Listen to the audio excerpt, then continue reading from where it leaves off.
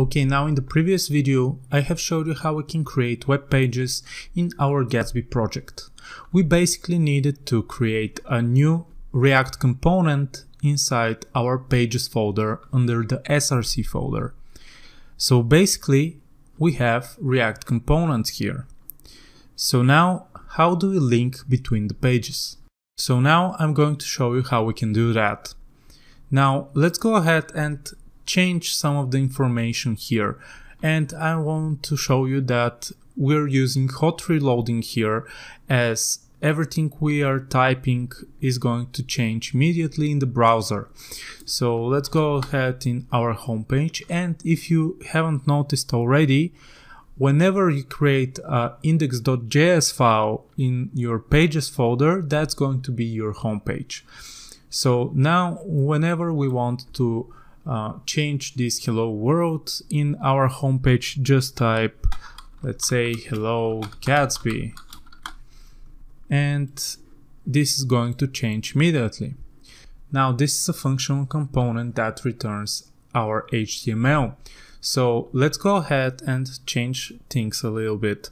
So first let's delete the div and use the brackets there. I just prefer, as they are more visually embracing the elements that we are returning. So let's put inside our brackets here the div. So remember, you always need to have a wrapping div or a wrapping element that contains all the HTML that you're returning in your page here. So now on top, let's create a h1 that's going to be first Gatsby project, and let's say that we want to have an image. For example, let's find Gatsby image.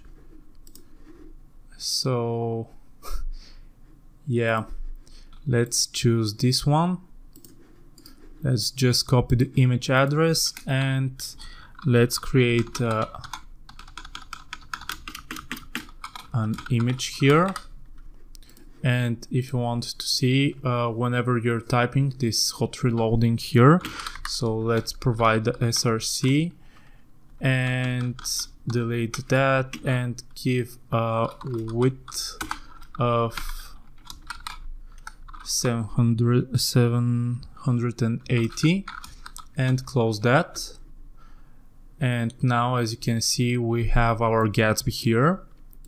And let's say that we want to navigate to our test page there. Now we need to import our link component from Gatsby. So let's import link from Gatsby. We would want to do that because Gatsby has optimizations like fetching all the pages that are linked to this page and preloads them inside the page, so you would seamlessly load everything that you need, that your user needs, in order to navigate through your web page. So now we have our link to import it from Gatsby. Let's put it on top here. Let's type link, and inside it let's type 2 and let's say test, and don't forget the forward slashes here. So inside between the link we need to provide some text, navigate to test, for example, and let's put those in a separate div.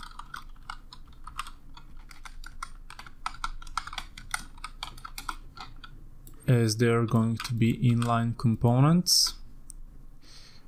Okay, and when you click on here, you're going to navigate to the test page. So this is basically how you do links to between your pages in Gatsby. However, if you want to link to an external page, let's say Google, please use the href. So basically href http google.com and go to Google, for example. This is what you want to do for navigating to external pages. So what happens if we want to navigate to another page programmatically? For example, if we want to go from the test page back to our home page. Now, let's go ahead and create a button inside our test page here that is going to navigate back to our home page. So let's create a button that's going to be named navigate to home page. Now for the button we have an on-click effect, which we can provide functions there. That's going to be equals to those brackets, and there you want to provide an arrow function. For example, let's say we want to console log navigate, and whenever you click it, let's open our console. Let's head here to the console and clear everything, and now whenever we click on the navigate to home page button, we're going to console log navigate. Now if we want to navigate programmatically, we need to import navigate from Gatsby. So from here what we would need to do is provide navigate, and inside the navigate we need to provide where we want to navigate to, so just provide /.